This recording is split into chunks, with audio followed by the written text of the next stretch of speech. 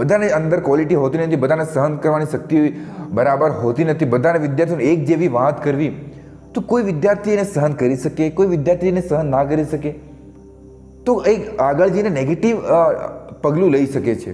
તો આપણે બહુ મહત્વની વસ્તુ શીખવા જેવી છે આપણા સમાજમાં, કે આપણે બધા વિદ્યાર્થીઓને એક જેવા ના જોવા જોઈએ. આ સાયન્સને આ વસ્તુ પ્રૂવ કરી છે કે બધા વિદ્યાર્થીઓ, બધા વ્યક્તિઓ એક જેવા નથી હોતા, બધાને અંદર કશું કાબિલિયત હોય છે અને બધાને અંદર કશુંક ને કશુંક નેગેટિવ હોય છે. તો વારંવાર નેગેટિવ વસ્તુ પર વારંવાર એના વસ્તુ પર ટોર્ચર કરો. આજે 1 દિવસ, 2 દિવસ, 3 દિવસ, 4 દિવસ, 5 દિવસ, 10 લગાતાર એ વસ્તુ તમે દોહરાવો, તો પછી વિદ્યાર્થી મેન્ટલી બિલકુલ એ હકીકતમાં પણ એવું માની લે કે હું કમજોર છું, હું નાસીપાસ છું, હું જીવનમાં કશું ના કરી શકું. તો એક સમય એવો આવે કે કશું વિચારે ને એને સુસાઇડ કરવું પડે. પરંતુ શિક્ષકોનો અને પેરેન્ટ્સનો અને જે આપણું સર્કલ છે એનું ફરજ છે કે એ વારંવાર વિદ્યાર્થીને ટોર્ચર ના